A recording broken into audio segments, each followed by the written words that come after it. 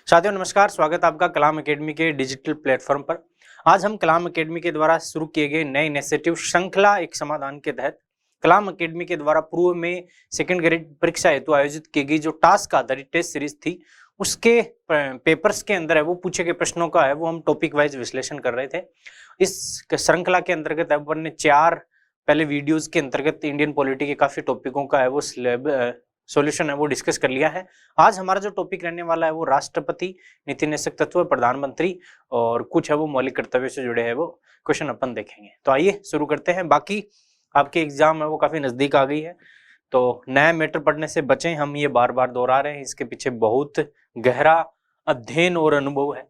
दूसरा, चिंता मुक्त रहें, चिंता नहीं करनी है भविष्य में क्या होगा और पेपर क्या होगा। आपकी तैयारी बहुत अच्छी है, खुद के ऊपर विश्वास रखें, एक दूसरे की तुलना करने से बचें। बाकी ये वीडियो भी आप वो 1.5-2 की स्पीड करके देखें, है ना, ज्यादा आपको टाइम खराब करना नहीं है इन चीजों के अंतर्गत। तो आइए जल्दी से अपन इनको देखते हैं। हमारा जो पहला क्वेश्चन है वो है कि निम्नलिखित कथनों पर विचार कीजिए। राष्ट्रपति केवल कार्यपालिका का प्रमुख होता है, तो ये केवल शब्द इसमें थोड़ा सा मुझे गलत लगता है और विधायी कार्यों में उसकी कोई भूमिका नहीं है। पहले एक बार दूसरा और पढ़ लेते हैं। अध्यादेश जारी करना राष्ट्रपति का एक विधायी कार्य है, तो नीचे वाला पॉइंट सही है कि अध्यादेश जारी करना राष्ट्रपति का क्या है, एक विधायी कार्य है। अब अध्यादेश जारी करना जब राष्ट्रपति का एक विधायी कार्य है तो ऊपर वाला कथन तो वैसे ही गलत हो गया।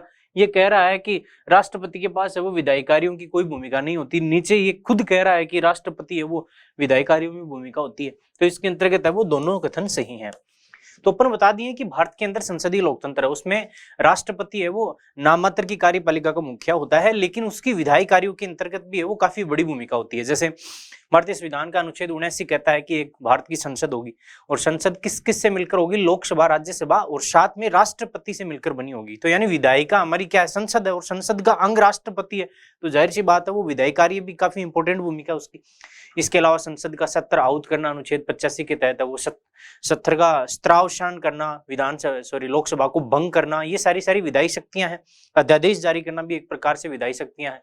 इसके अलावा संसद जो विधायिका जो नियम कानून बनाती है उसके सदस्यों को शपथ दिलाने का कार्य भी अनुच्छेद 99 के तहत किसका है, राष्ट्रपति का। इसके अलावा कोई भी ऐसा कानून जो बन रहा है संसद के द्वारा उस पे बिना राष्ट्रपति के हस्ताक्षर वो कानून नहीं बन सकता।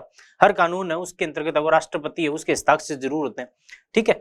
तो ये चीजें हैं, तो जाहिर सी बात है वो विधायी कार्य उसके पास भूमिका होती है, बहुत बड़ी भूमिका होती है, महत्वपूर्ण होती है, तो इसका है वो 2 ही आएगा इसके अंतर्गत। अगला क्वेश्चन है कि राष्ट्रपति के विरुद्ध महाभियोग प्रस्ताव प्रारंभ किया जाता है तो किस सदन में सबसे पहले प्रस्तुत किया जाता है। पहला ऑप्शन है केवल लोकसभा में, दूसरा केवल राज्यसभा में, दोनों सदनों में एक साथ, तीसरा है कोई भी सदन। तो इसका सही आंसर क्या है, कोई भी सदन। आसान सा क्वेश्चन, आपको सबको पता है कि राष्ट्रपति जो है उसके महाभियोग के अंतर्गत है वो, पहले अपन पूरा ही देख लेते हैं इसको। राष्ट्रपति का जो महाभियोग है उसका उल्लेख कौन से अनुच्छेद के अंतर्गत है, इंपीचमेंट का। तो पहली बात तो ये कि इंपीचमेंट महाभियोग शब्द भारतीय संविधान के अंतर्गत सिर्फ और सिर्फ राष्ट्रपति के लिए बोला गया है। सुप्रीम कोर्ट के न्यायाधीश, हाई कोर्ट के न्यायाधीशों के लिए महाभियोग शब्द जो यूज लिया जाता है वो अनुचित है, गलत है। तो उल्लेख कौन से अनुच्छेद में, 61 में। कहां से प्रभावित है, तो ये अमेरिका के और आयरलैंड के संविधान से प्रभावित है। क्या प्रक्रिया है, पहली बात तो आधार क्या है महाभियोग लाने का, तो राष्ट्रपति को हटाने का एकमात्र जो आधार है वो है संविधान का अतिक्रमण, संविधान का अतिक्रमण।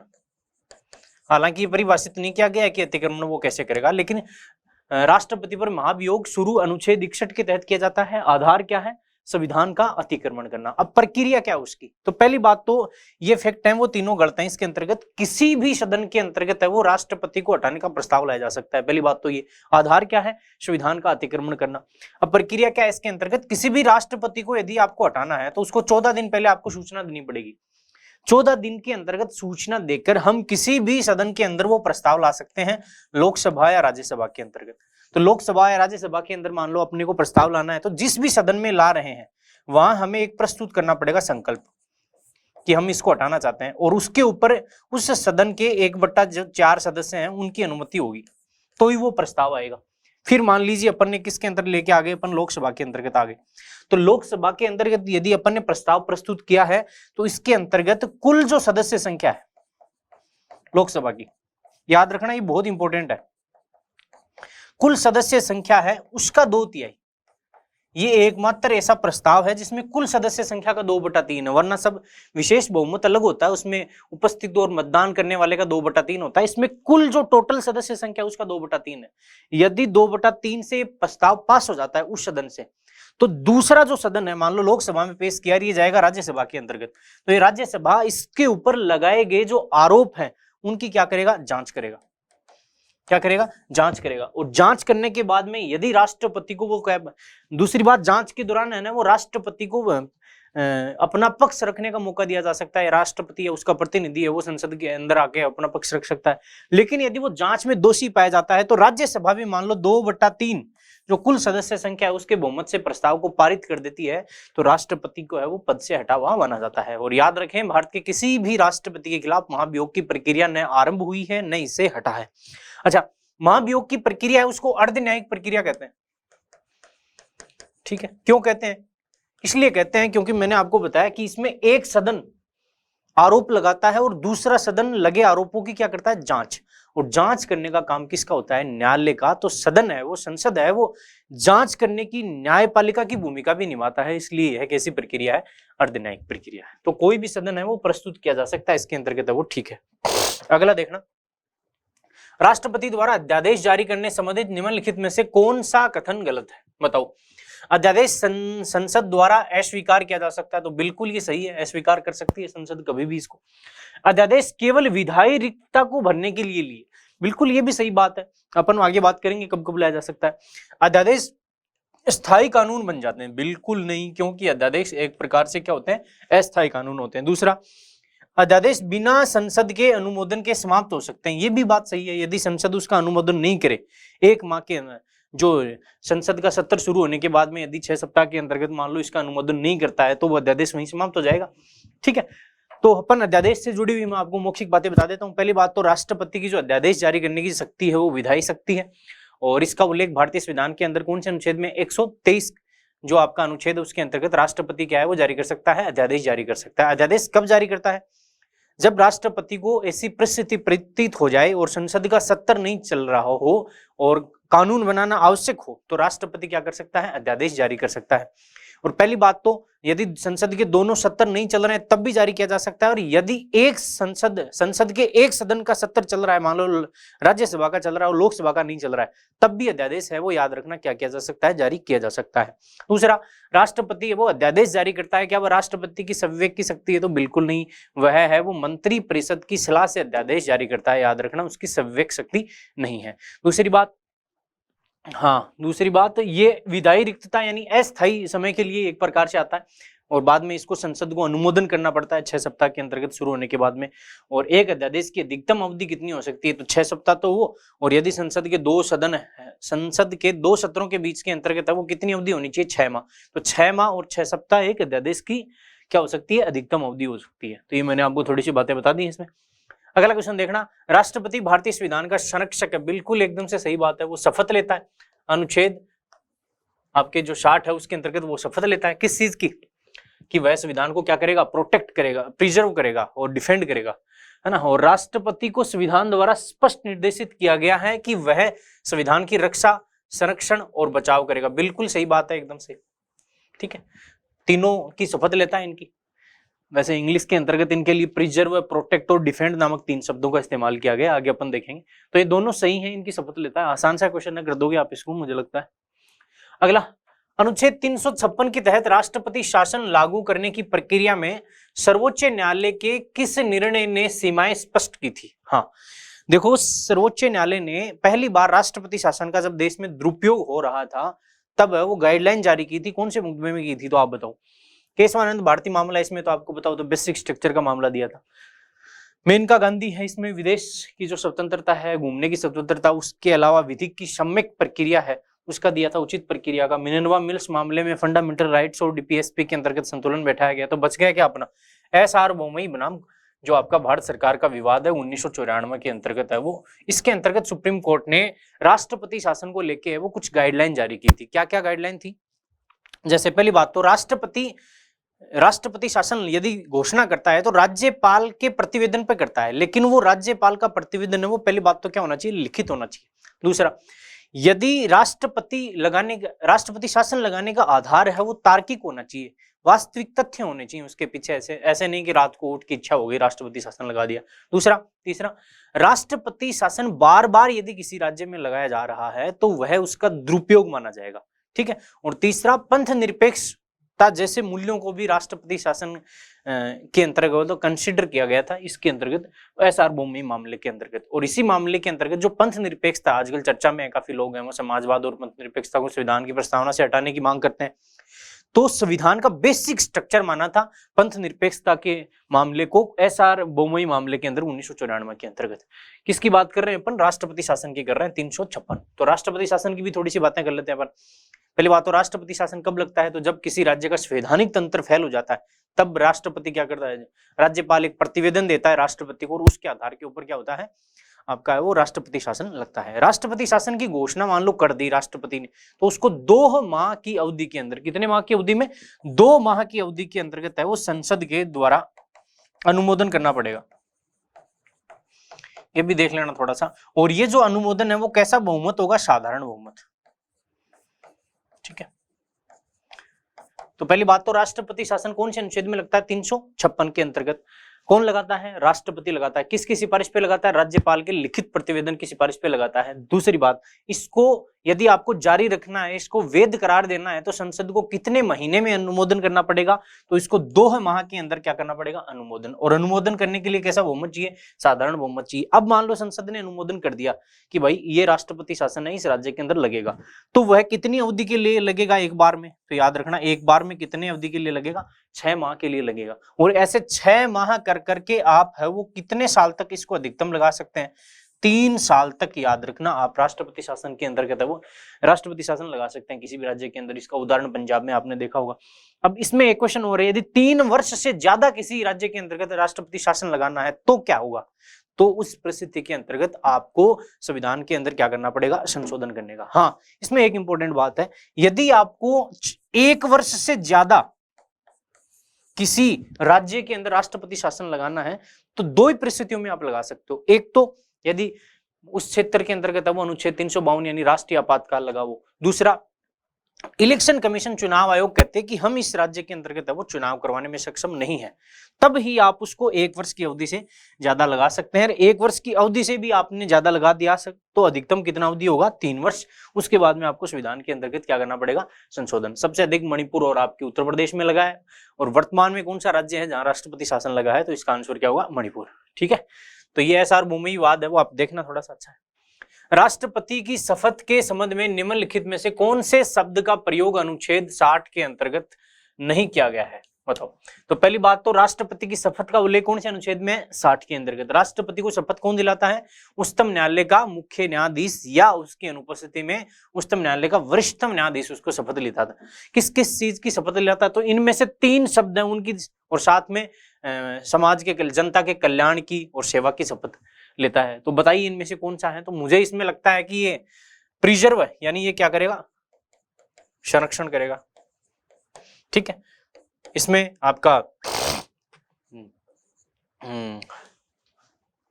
क्या हुआ?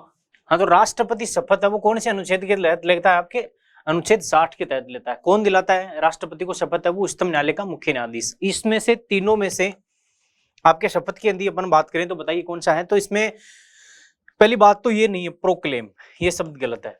ये 3 शब्द हैं जिनकी शपथ लेता है राष्ट्रपति। इनको आप हिंदी में भी थोड़ा सा याद रखना। पहला है आपका संरक्षण, ठीक है, फिर है परिरक्षण, और तीसरा आपका प्रतिरक्षण,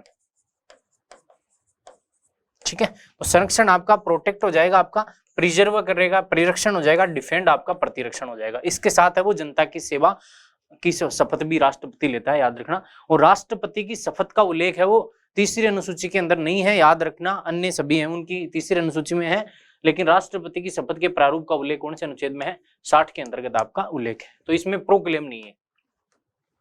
हाँ, निम्नलिखित में से कौन सा अनुच्छेद संघ के कर्तव्य के रूप में उल्लेखित है? बताइए। 255, 265 हो गया, 355 हो गया, 275 हो गया, बताइए कौन सा इनमें से? तो सीधा सा देख लो, फैक्चुअल है, यदि आपने पढ़ा है तब तो आपका आ जाएगा, वरना नहीं होगा। ये 355 है, ठीक है। 355 में क्या है, मैंने आपको लिखा है, ये थोड़ा सा इसलिए इंपॉर्टेंट है क्योंकि राष्ट्रपति शासन से जुड़े हुए क्वेश्चन आजकल है वो आरपीएससी थोड़े से पूछ रहा है। तो देख लो आप, देखो राष्ट्रपति शासन लगाने के संविधान में 2 अनुच्छेद हैं जो आधार हैं, एक तो 355 और एक 365। वो कौन सा है? 355 तो है कि संघ का कर्तव्य होगा, यानी केंद्र सरकार का कर्तव्य होगा कि वह बाह्य आक्रमण अथवा आंतरिक अशांति से राज्य की क्या करे, रक्षा करे, और इस बात को सुनिश्चित करे कि राज्य का शासन है वो किसके अनुसार चले, संविधान के अनुसार चलाया जाए। और यदि राज्य का शासन संविधान के अनुसार नहीं चलाया जाएगा तो राष्ट्रपति क्या करेगा, अनुच्छेद 356 का यूज कर सकता है। तो ये 355 356 के आधार के रूप में काम करता है, इसलिए महत्वपूर्ण है। और 365 ये है कि राज्य केंद्र के निर्देशों की अनुपालना ना करे, तो यह माना जाएगा कि वह राज्य का संवैधानिक तंत्र क्या हो चुका है, विफल हो चुका है। 365 के अंतर्गत है वो राज्य गड़बड़ करे, संविधान का केंद्र जो निर्देश देता है उसका पालन नहीं करता है, तब भी आप वो इन दोनों अनुच्छेदों के आधार पे है वो क्या लगा सकते हैं, 356 लगा सकते हैं। तो थोड़ा सा इंपॉर्टेंट है ये अनुच्छेद, आजकल देख लेना एक बार। हाँ, संविधान में प्रधानमंत्री को किस रूप में उल्लेखित किया गया बताइए। पहला है ऑप्शन इसके अंतर्गत है वो मंत्री परिषद का मुखिया, मंत्रिमंडल का मुखिया, लोकसभा का नेता, बहुमत, लोकसभा में बहुमत दल का नेता। बताइए संविधान में किसके रूप में उल्लेखित किया गया, बताओ। ये सही बात है कि लोकसभा में बहुमत दल का जो नेता होता है वो प्रधानमंत्री ही होता है, लेकिन इस बात का उल्लेख संविधान में नहीं है। लोकसभा का नेता यदि अपना प्रधानमंत्री लोकसभा का सदस्य है तब तो वह लोकसभा का नेता अपने आप ही हो जाएगा। और मान लो राज्यसभा का नेता आपका है तो वो फिर लोकसभा के अंतर्गत वो कैबिनेट मंत्री को नियुक्त करेगा लोकसभा का नेता। मंत्रिमंडल का मुखिया, ये संविधान के अंदर ये शब्द तो याद रखना पहले मूल रूप से था ही नहीं, इसको तो 44वें संविधान संशोधन के द्वारा 1978 में मोरारजी देसाई की सरकार द्वारा अनुच्छेद 352 के अंतर्गत जोड़ा गया था। तो इसका वैसे तुक नहीं मिलता, बच क्या मंत्री परिषद का मुखिया। ये आपको अच्छे से पता है कि भारतीय संविधान के अंतर्गत है वो एक अनुच्छेद है 74। इसमें क्या लिखा गया है कि राष्ट्रपति की सलाह और सहायता के लिए एक क्या होगी, मंत्री परिषद, और उस मंत्री परिषद का मुखिया कौन होगा आपका, कौन होगा, प्रधानमंत्री होगा। ठीक है। और 74(2) में क्या है, मंत्री परिषद राष्ट्रपति को क्या सलाह देगी, कैसी सलाह देगी, इस बात की न्यायिक जांच नहीं हो सकती। तो अनुच्छेद 74 जो है उसमें साफ साफ लिखा गया है कि राष्ट्रपति की सहायता और सलाह के लिए एक मंत्री परिषद होगी जिसका मुखिया कौन होगा, आपका प्रधानमंत्री होगा। तो प्रधानमंत्री किस रूप में उल्लेखित है, मंत्री परिषद का मुखिया। मंत्रिमंडल का मुखिया भी होता है वास्तव में, लेकिन ये बात संविधान के अंदर नहीं लिखी हुई है। ये बात है वो अपने वो 44वें संविधान संशोधन द्वारा बाद में जोड़ी गई थी। तो इसका सही आंसर क्या होगा, मंत्री परिषद का मुखिया।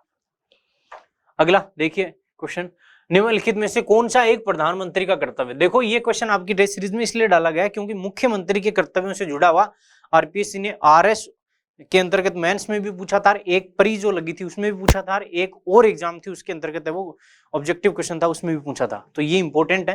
पहली बात तो प्रधानमंत्री के कर्तव्यों का उल्लेख कौन से अनुच्छेद में है, ये आप अनुच्छेद ये जरूर याद रख लें, 78 के अंतर्गत है। और जो आपका राज्यपाल है उसके कर्तव्य का उल्लेख, सॉरी मुख्यमंत्री है उसके कर्तव्यों का उल्लेख अनुच्छेद 167 में है, जबकि प्रधानमंत्री का कौन से अनुच्छेद में, 78 के अंतर्गत है। तो इनमें से 3 ही कर्तव्य हैं, एक गलत कौन सा वो आपको देखना है इसके अंतर्गत। तो पहला इसमें 78(1) के अंतर्गत लिखा है कि वह संघ सरकार के प्रशासनिक व विधायी मामलों से संबंधित मंत्री परिषद के विनिश्चय की सूचना राष्ट्रपति को देगा। यानी जो भी वो फैसले लेगा प्रशासनिक और विधायी, उसकी सूचना किसको देगा, राष्ट्रपति को देगा। तो ये सही लग रहा है, सही है। और यदि संघ सरकार के प्रशासनिक और विधायिक मामलों से संबंधित जो सूचना राष्ट्रपति मांगे उसे देगा। एक तो खुद चला के देगा, एक ही राज्यपाल यदि मांगे तो देगा। दूसरा, कोई विषय है जिसके ऊपर है वो संबंधित मंत्री ने विनिश्चय कर लिया है लेकिन मंत्री परिषद ने विचार नहीं किया है, तो राष्ट्रपति की अपेक्षा किए जाने पर उसे मंत्री परिषद के समक्ष विचार हेतु रखेगा। देखो कोई मंत्री है उसने निर्णय ले लिया लेकिन उस निर्णय के बारे में मंत्री परिषद ने निर्णय नहीं लिया और राष्ट्रपति प्रधानमंत्री को कहे कि भाई उस मंत्री के निर्णय के ऊपर भी आप विचार करो, तो फिर है वो प्रधानमंत्री का कर्तव्य होगा कि उस निर्णय को है वो राष्ट्रपति के द्वारा अपेक्षा किए जाने पर है वो मंत्री परिषद के सामने विचार से रखा जाएगा। ये 3 ही प्रधानमंत्री के कर्तव्य हैं। चौथा क्या है, वह मंत्री परिषद के निर्णयों की गोपनीयता की सुनिश्चितता करेगा। तो ये होता जरूर है कि मंत्री परिषद के निर्णय गोपनीय होते हैं, ये सही बात है, बट संविधान के अंतर्गत अनुच्छेद 78 में प्रधानमंत्री के कर्तव्यों का उल्लेख नहीं किया गया है, इसलिए आपका ये चौथा इसके अंतर्गत क्या है, गलत है। अगला देखना आप अनुच्छेद, भारत के पूर्व प्रधानमंत्रियों के कार्यकाल का सही आरोही कालानुक्रम क्या है? ये तो सीधा फैक्चुअल है। यदि आपको प्रधानमंत्रियों के कार्यकाल याद नहीं है तो मामला थोड़ा सा गड़बड़ है, हालांकि मैं याद करवा दूंगा अभी। आप बताइए इसमें से कौन कौन से, तो अच्छे से पता होगा आपको। विश्वनाथ प्रताप सिंह, चंद्रशेखर और ये पीवी नरसिम्हा राव। तो इसमें तो पहला ऑप्शन ही सही है, ठीक है। 89 से 90, 90 से आपके 91 और 91 से 96। 89 से 90 कौन थे आपके? विश्वनाथ वीपी सिंह। चंद्रशेखर 90 से 91 थे और पीवी नरसिम्हा राव आपको बताया 91 से 96 थे। ये तभी सही होगा आपका जब आपको ये थोड़ा सा सीक्वेंस याद है। हालांकि 3 में गड़बड़ ज्यादा होती है, हमने पूछ लिया आपको तो मुझे लगता है सही हो जाएगा आपका। ये रहा आपका, देखो इसमें लिखा हुआ है, देख लो इनको एक बार, थोड़ा सा फास्ट है वो। वीपी सिंह का कार्यकाल 89 से 1990, चंद्रशेखर का 90 से 91 और पीवी नरसिम्हा राव का 1991 से 1996। ये आपको पता ही है। नेहरू जी का आपका 1964 तक है। गुलजारी लाल नंदा देश के पहले कार्यवाहक प्रधानमंत्री थे आपके। दूसरा लाल बहादुर शास्त्री 1964 से लेके 1964 से लेके 1964 नहीं भाई, गलत है, थोड़ा सा इसको सही कर लेना आपकी बुकलेट में। 1966 है ना। इनकी मृत्यु हो गई थी 10 जनवरी को, हालांकि सॉरी 11 जनवरी को मृत्यु हो गई थी। 10 जनवरी 1966 को ताशकंद समझौता हुआ था, वहां मृत्यु हो गई थी रात को ही। और गुलजारी नंदा फिर वापस से कुछ 13 दिन के लिए वो ऐसे वो कार्यवाहक बने थे। फिर इंदिरा गांधी जी आ गए थे 66 से 77 तक, फिर मोरारजी देसाई, फिर चरण सिंह, फिर वापस से इंदिरा गांधी और फिर राजीव गांधी। राजीव गांधी का याद रखना 84 से कितना है 89, ये 3 आपको याद हो ही जाएंगे। और अटल बिहारी वाजपेयी, इनका कार्यकाल आपको याद रखना 16 मई से 1 जून, ठीक है। ये आपका किसी भी प्रधानमंत्री का सबसे छोटा कार्यकाल है, ठीक है। फिर वापस से SD देवगौड़ा बने थे आपके 96 से 97 तक। वापस से इंद्र कुमार गुजराल बने थे 97 से 98 और फिर आपके अटल बिहारी वाजपेयी 98 से 2004। फिर आपको पता ही है सब, है ना। और 18वें आपके प्रधानमंत्री कौन है? नरेंद्र मोदी जी आपके 14 से वर्तमान तक। तो देख लेना, ये थोड़ा यहाँ गड़बड़ घोटाला था, एक यहाँ गड़बड़ घोटाला होता है, तो इनको देख लेना थोड़ा सा। अच्छा, अगला देखो, अगला क्वेश्चन क्या है अपना। हाँ, माइनर 6 के में से क्वेश्चन। हाँ, अगला क्वेश्चन है कि राज्य के नीति निर्देशक सिद्धांतों में संबंधित निम्नलिखित कथनों पर विचार कीजिए। हाँ भाई, विचार बिल्कुल करेंगे। पहला है इसके अंतर्गत, संविधान निर्माताओं ने नीति निर्देशक सिद्धांतों को भारत सरकार अधिनियम 1935 से ग्रहण किया गया है। तो ये आपका ऑप्शन क्या है? गलत। नीति निर्देशक सिद्धांतों का उल्लेख भारतीय संविधान के भाग 4 में अनुच्छेद 36 से 51 तक है। 36 से 51 तक 17 नीति निर्देशक तत्वों का उल्लेख संविधान के अंतर्गत किया गया है। भारत के जो संविधान के नीति निर्देशक तत्व हैं वो कौन से देश से प्रभावित हैं? 1935 के एक्ट से प्रभावित नहीं है, आयरलैंड से प्रभावित हैं। दूसरी बात, भारत के जो नीति निर्देशक तत्व हैं उनकी प्रकृति सकारात्मक है। तीसरी बात, भारत के जो नीति निर्देशक तत्व हैं उनका उद्देश्य व्यक्तिगत न होकर सामुदायिक विकास है। ये चीज भी आप याद रखना। और डॉक्टर अंबेडकर ने नीति निर्देशक तत्व जो आपका है उनको आर्थिक और सामाजिक घोषणा पत्र कहा था भारतीय संविधान का। ये फैक्ट भी आप थोड़ा सा याद रखना। हाँ, दूसरा क्वेश्चन है, नीति निर्माण का उद्देश्य प्रस्तावना में दिए गए न्याय, स्वतंत्रता और समानता तथा बंधुता के महान लक्ष्यों को प्राप्त करना। बिल्कुल ये एकदम से सही बात है। काफी अनुच्छेद अपन नीति निर्देशक तत्व पढ़े हैं जो स्वतंत्रता, न्याय की बात करते हैं, न्यायोचित परिस्थितियों की बात करते हैं, तो ये सही है एकदम से। नीति निर्माण करते समय तथा कानून बनाते समय सरकार को नीति निर्देशक सिद्धांतों को ध्यान में रखना पड़ता है। ये बात भी एकदम सही है। क्यों? देखो, संविधान का भाग 3 तो किसके लिए है? सरकार की ड्यूटी है कि कुछ हमको अधिकार प्रदान करेगी। फिर सरकार के कुछ उद्देश्य हमने निर्धारित किए जिनको हम उस समय पूर्ति करने में सफल नहीं हो रहे थे या सक्षम नहीं थे। फिर 4 क में हमने नागरिकों के कर्तव्य जोड़ दिए हैं। तो ये सरकार के लिए एक प्रकार से गाइड का काम करते हैं। नीति निर्देशक तत्व सिद्धांतों को न्यायिक संरक्षण प्राप्त है। ये आपका ऑप्शन गलत है, बिल्कुल भी नहीं। यदि सरकार आपको नीति निर्देशक तत्वों की पूर्ति नहीं करवाती है तो आप न्यायालय नहीं जा सकते, क्योंकि ये न्यायोचित नहीं है, न्यायिक रूप से क्या नहीं है, परिवर्तनीय नहीं है। जबकि मौलिक अधिकारों का उल्लंघन होने पर आप सीधा कहां जा सकते हैं? सुप्रीम कोर्ट जा सकते हैं। तो इसमें ये ऑप्शन भी आपका क्या है? गलत है। ये भी ऑप्शन गलत है। तो बी और सी आएगा इसके अंतर्गत। तो इसका सही होगा आपका 3 नंबर। ठीक है, अच्छा क्वेश्चन था वैसे। अगला क्वेश्चन है, हाँ, ये पूछा हुआ आरपीसी के अंदर क्वेश्चन आपने यदि देखा हो तो 25वें संविधान संशोधन के द्वारा 1971 में हुआ था, आपको पता ही होना चाहिए। संविधान में अनुच्छेद 31 ग जोड़ा गया। हाँ, बिल्कुल जोड़ा गया। और इसमें लिखा गया कि अनुच्छेद 39B और 39C की अनुपालना में राज्य द्वारा किए गए किसी कार्य को इस आधार पर न्यायालय में चुनौती नहीं दी जा सकती कि वे अनुच्छेद 14, 19 और 31 का क्या करते हैं, उल्लंघन। देखो मैं सीधा सा बात बता देता हूं क्या है। 25वां संविधान संशोधन किया इंदिरा गांधी ने 1971 में। क्यों किया? क्योंकि इंदिरा गांधी का मानना था कि वो नीति निषेधक तत्व मौलिक अधिकारों से ज्यादा जरूरी है। तो मोटा मोटी इसमें 31 गै जोड़ा और उसमें क्या लिखा कि भाई 39B और 39C है, उनकी यदि आपको पूर्ति करवानी है तो आप 14, 19, 31 का क्या कर सकते हैं, उल्लंघन कर सकते हैं। अब ये 39B और 39C क्या थे? तो ये 39B था वो तो राज्य के जो भौतिक संसाधन थे उनका नियंत्रण और स्वामित्व है वो सार्वजनिक हित के अंदर होना चाहिए, लोगों के कल्याण के लिए होना चाहिए। और 39C आपका क्या है कि वो ये है कि राज्य के जो उत्पादन और जो धन से संबंधित साधन है उनके ऊपर किसी एक व्यक्ति का केंद्रीय नियंत्रण नहीं होना चाहिए, यानी विकेंद्रीकरण का बात करता है। हालांकि ये अच्छा उद्देश्य था इसके पीछे तो इंदिरा गांधी का, लेकिन ये वैसे पूरा का पूरा सही है, लेकिन इसके आगे एक प्रावधान था, वो सुप्रीम कोर्ट ने अवैध ठहराया था केशवानंद भारती मामले में कि इस मामले की संवैधानिक समीक्षा नहीं की जा सकती। वो अपवाद उसको है वो क्या ठहराया था सुप्रीम कोर्ट ने, अवैध, लेकिन ये सारा का सारा सही है। फिर इसको सही ठहरा दिया तो फिर इंदिरा गांधी जी का हौसला और बढ़ा कि भाई 39B और C क्यों, पूरे नीति निषेधक तत्वों के लिए इन मौलिक अधिकारों की बलि दे देते हैं। और फिर क्या हुआ, 42वां संविधान संशोधन हुआ 1978 के अंतर्गत और 31 गै के अंदर गए वो संशोधन करके प्रावधान कर दिया कि भाग 4 है उसमें दिए गए किसी भी नीति निषेधक तत्व की अनुपालना में राज्य द्वारा किए गए किसी कार्य को इस आधार पर न्यायालय में चुनौती नहीं दी जा सकी कि वो अनुच्छेद 14, 19, 31 का असंगत है। तो इसमें तो 25वें संविधान संशोधन के अंतर तो 1971 के अंतर 25वें संविधान संशोधन के अंदर तो है वो हमने क्या किया, 14, 19 और आपका 31 है उसका उल्लंघन कर सकते हैं, किसकी पालना के लिए, 39B और C के लिए। और 42वें में 39B और C नहीं, पूरे नीति निषेधक तत्वों की पालना के लिए 14, 19 और 31 को क्या कर सकते हैं, अपन उल्लंघन कर सकते हैं। ये कथन वैसे क्या है, सही है, ठीक है। लेकिन बाद में मिनर्वा मिल्स जो मामला था उसके अंतर्गत वो सुप्रीम कोर्ट ने इसको अवैध ठहरा दिया था और सुप्रीम कोर्ट ने कहा था कि नीति निर्देशक तत्व और 7 के अंतर्गत मौलिक अधिकार हैं, उनका एक दूसरे का हमें विरोध नहीं करना है बल्कि एक दूसरे को पूरक मानते हुए हमें काम करना है,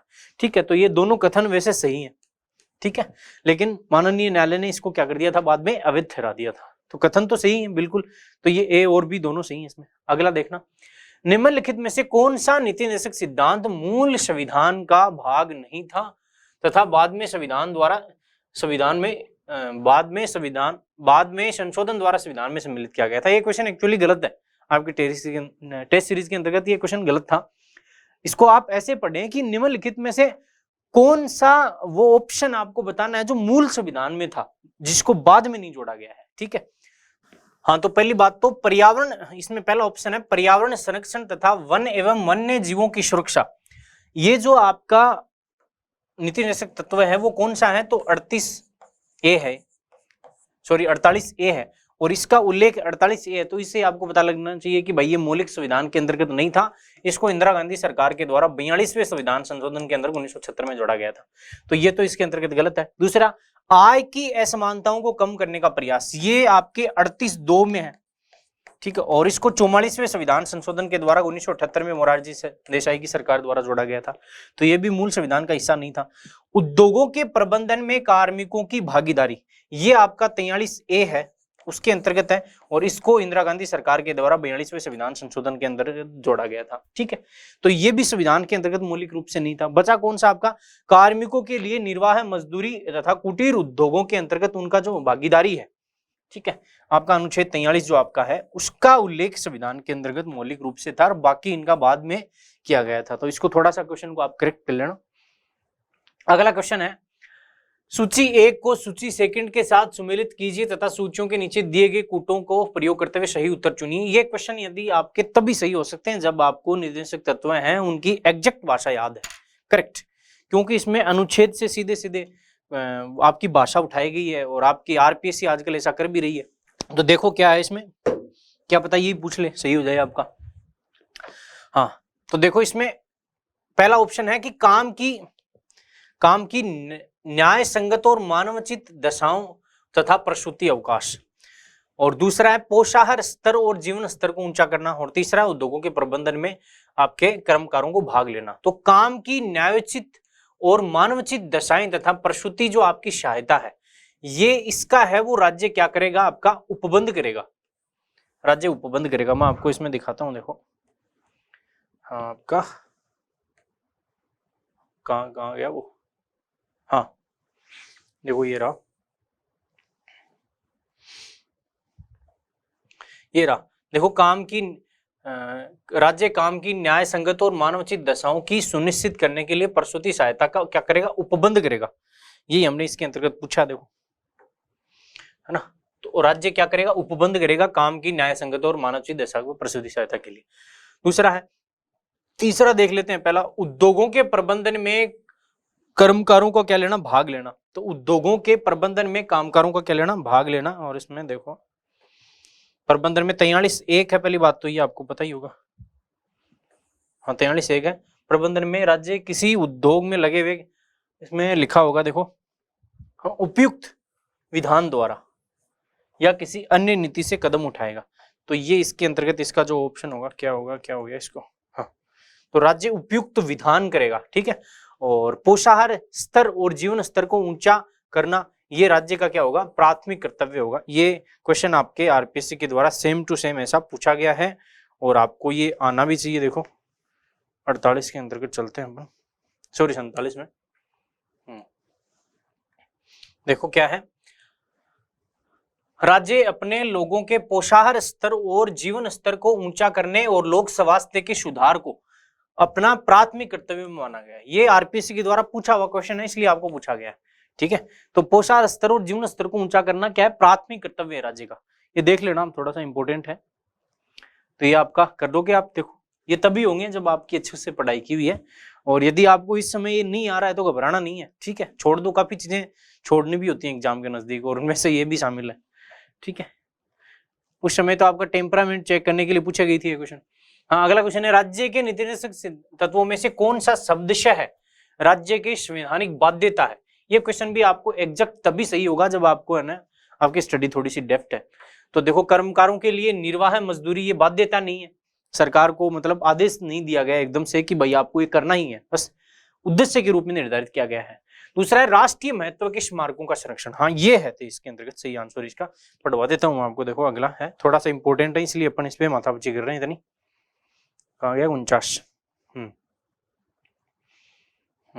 ये रहा। देखो राष्ट्रीय महत्व के स्मारकों संस्थानों और वस्तुओं का संरक्षण, है ना।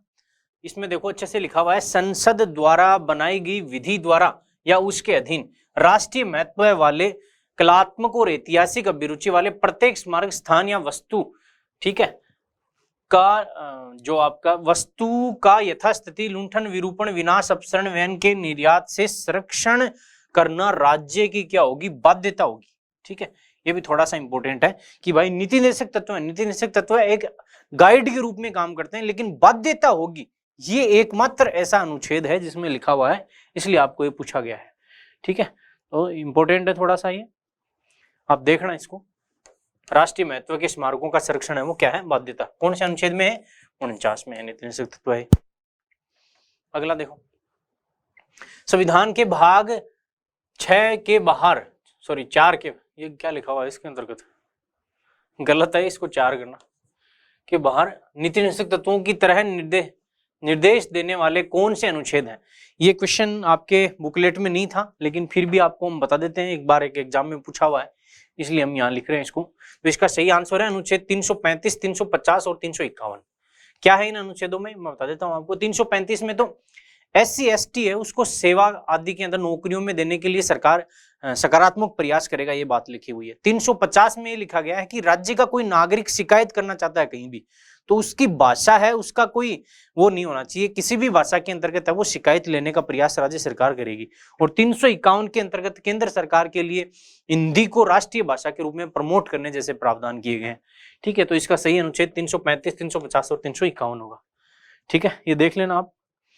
और अगला देखो आप, मेजर टेस्ट 2 में पूछा हुआ क्वेश्चन है, अच्छा क्वेश्चन है कि भारतीय झंडा संहिता जो आपकी है 2002 के अंतर्गत बनी है लेटेस्ट, वो कानूनी रूप से बाध्यकारी है, इसका उल्लंघन दंडनीय नहीं है। तो ये बाध्यकारी नहीं है, बल्कि ये निर्देश दिए गए हैं भारतीय नागरिकों के लिए, ठीक है। तो ये इसमें पहला ही गलत है। दूसरा क्या है, भारतीय संविधान का अनुच्छेद 51 कह प्रत्येक नागरिक को राष्ट्र ध्वज का सम्मान करने का कर्तव्य प्रदान करता है। बिल्कुल, राष्ट्र ध्वज, राष्ट्रगान वगैरह का सम्मान करने की बात है, वो पहला ही मौलिक कर्तव्य करता है अपना। राष्ट्रीय गौरव अपमान निवारण अधिनियम 1971 के अंतर्गत ध्वज अपमान दंडनीय अपराध है। तो ये इंपॉर्टेंट है, ये पूछा हुआ क्वेश्चन है, इसलिए पूछा गया आपको। तो दंडनीय अपराध वो राष्ट्रीय गौरव अपमान निवारण अधिनियम 1971 के अंतर्गत है। तो इसमें बी और सी आएंगे, ये गलत है आपका पहला ऑप्शन इसके अंतर्गत वो। अगला क्वेश्चन देखना, भारतीय संविधान के अनुच्छेद 47 के तहत निम्नलिखित में से कौन सा या कौन से राज्य का प्राथमिक कर्तव्य है, बताइए आप में से। ये अपने पहले पढ़ लिया है, यदि आपने डीप पढ़े अनुच्छेद तभी आपका सही होगा अनुच्छेद 47। ठीक है, इसमें क्या है, लोगों के पोषण स्तर को बढ़ावा देना प्राथमिक कर्तव्य होगा, तो बिल्कुल होगा। लोक स्वास्थ्य में सुधार लाना कर्तव्य होगा, तो बिल्कुल होगा। मादक पदार्थों हानिकारक वस्तुओं के उपयोग पर प्रतिषेध, ये प्राथमिक कर्तव्य नहीं होगा। इसके लिए क्या करेगा राज्य सरकार है, वो क्या करेगी, प्रयास करेगी केंद्र सरकार हो। तीसरा, पर्यावरण संरक्षण और वन्य जीवों की रक्षा, तो ये तो संविधान के अंतर्गत है, वो अनुच्छेद 48A में है, इसमें है ही नहीं 47 के अंतर्गत। तो ये इसमें अनुच्छेद 47 के अंतर्गत प्राथमिक कर्तव्य यही है आपके दो। दोबारा आपको मैं इसमें दिखा देता हूं, देखो अपन ने हालांकि चर्चा की थी अभी इस पे, हाँ ये रहा, ठीक है। हाँ, तो इसमें राज्य अपने लोगों के पोषाहार स्तर और जीवन स्तर को ऊंचा करने और लोक स्वास्थ्य में सुधार को अपने प्राथमिक कर्तव्य मानेगा। ये क्वेश्चन 2 बार इसलिए आ गया क्योंकि ये बहुत महत्वपूर्ण है। यदि डीप क्वेश्चन पूछती है आरपीएससी तो प्राथमिक कर्तव्य मानेगा। बाकी राज्य विशिष्टता मादक पदार्थ जो आपके पेय हैं, स्वास्थ्य के लिए हानिकारक वस्तुओं औषधीय प्रयोजनों से भिन्न उपभोग का प्रतिषेध करने का क्या करेगा, प्रयास करेगा। तो देखो एक ही अनुच्छेद में प्राथमिक कर्तव्य मानेगा और प्रयास करेगा। तो थोड़ा सा डीप क्वेश्चन है, देखना आप अच्छे से इनको, इसलिए हमने इसमें डाला है टेस्ट सीरीज के अंदर 47 के अंदर। वो क्या आपका आगे देखना, निम्नलिखित में से कौन सा एक मौलिक कर्तव्य नहीं है, बताओ मौलिक कर्तव्य बताओ कौन सा नहीं है। अभी पढ़ के आ गए अपन, यदि आपने थोड़ा बहुत भी पढ़ा है तो आपको सही हो जाएगा। हिंसा ना करें, तो बिल्कुल भी प्राणी मात्र के प्रति भाव रखें दयाकार, हिंसा नहीं, सार्वजनिक संपत्ति को नुकसान न करें, हिंसा न करें, ये बात में मौलिक कर्तव्य है आपका, ये भी है। राष्ट्रीय महत्व के स्मारकों का संरक्षण करें, ये मौलिक कर्तव्य न होकर नीति निषेध तत्व है आपका। कौन सा अनुच्छेद में, आपके 49 के अंतर्गत है वो। देश की रक्षा करें, ये भी मौलिक कर्तव्य है, ठीक है। तो ये नहीं आपका इसके अंतर्गत हम। और मौलिक कर्तव्यों की यदि अपन बात करें तो मूल संविधान में नहीं थे, और 42वें संविधान संशोधन के द्वारा 1976 के अंतर्गत वो इंदिरा गांधी की सरकार के द्वारा मौलिक कर्तव्यों को संविधान में जोड़ा गया था। भारतीय संविधान का भाग 4 क है, उसमें मौलिक कर्तव्य जोड़े गए हैं। 51 क अनुच्छेद है, उसके अंतर्गत मौलिक रूप से 42वें संविधान संशोधन द्वारा 10 मौलिक कर्तव्य जोड़े गए थे, और वर्तमान में कितने हो गए, 11 हो गए। और दूसरी बात है वो कौन सी समिति की सिफारिश पे जोड़े गए, तो ये आपको पता होना चाहिए, सरदार स्वर्ण सिंह समिति की सिफारिश के ऊपर जोड़े गए थे। और उसके सदस्य भी देखना आप, काफी डीप क्वेश्चन पूछ रही है आरपीएससी। और सरदार स्वर्ण सिंह समिति है, उसने 8 की सिफारिश की थी, लेकिन जोड़े कितने गए थे, 10 जोड़े गए थे, ठीक है। और ये हैं आपके, पढ़ लेना आप इनको स्क्रीनशॉट लेके। इसमें तो मैं सेम टू सेम पढ़ूंगा तो क्या ही फायदा हुआ आपको, लेकिन देखना इनके आजकल मिलान करने के काफी क्वेश्चन आते हैं। अगला है आपका, ये पहले बच गया था क्वेश्चन इसलिए है इसमें, भारतीय संविधान की कौन सी विशेषता भारतीय संविधान में शामिल नहीं। संसदीय शासन है, बिल्कुल है। लोक कल्याणकारी राज्य की स्थापना आदर्श है, बिल्कुल हमारा आदर्श है, 38 के अंतर्गत है वो, ठीक है। और विश्व शांति के समर्थक है, बिल्कुल विश्व शांति के समर्थक हम 51 के अंतर्गत। और एकात्मक व संघात्मक तत्वों का मिश्रण है, ये भी सही है। तो इसमें चारों सही है, ठीक है। इस प्रकार अपन ने है वो टेस्ट सीरीज अपन ने आयोजित की थी, उसमें पॉलिटिकल साइंस से जितने भी क्वेश्चन पूछे गए थे, एक भी क्वेश्चन नहीं छोड़ा अपन ने, इनको कर लिया है। बाकी मस्त रहें, स्वस्थ रहें, चिंता मुक्त होकर एग्जाम दे के आए, जो होगा वो देखा जाएगा, ठीक है। तो आज के लिए इतना ही, बाकी फिर कभी मिलेंगे, और मेरी तरफ से आपको बहुत बहुत शुभकामनाएं। Thank you.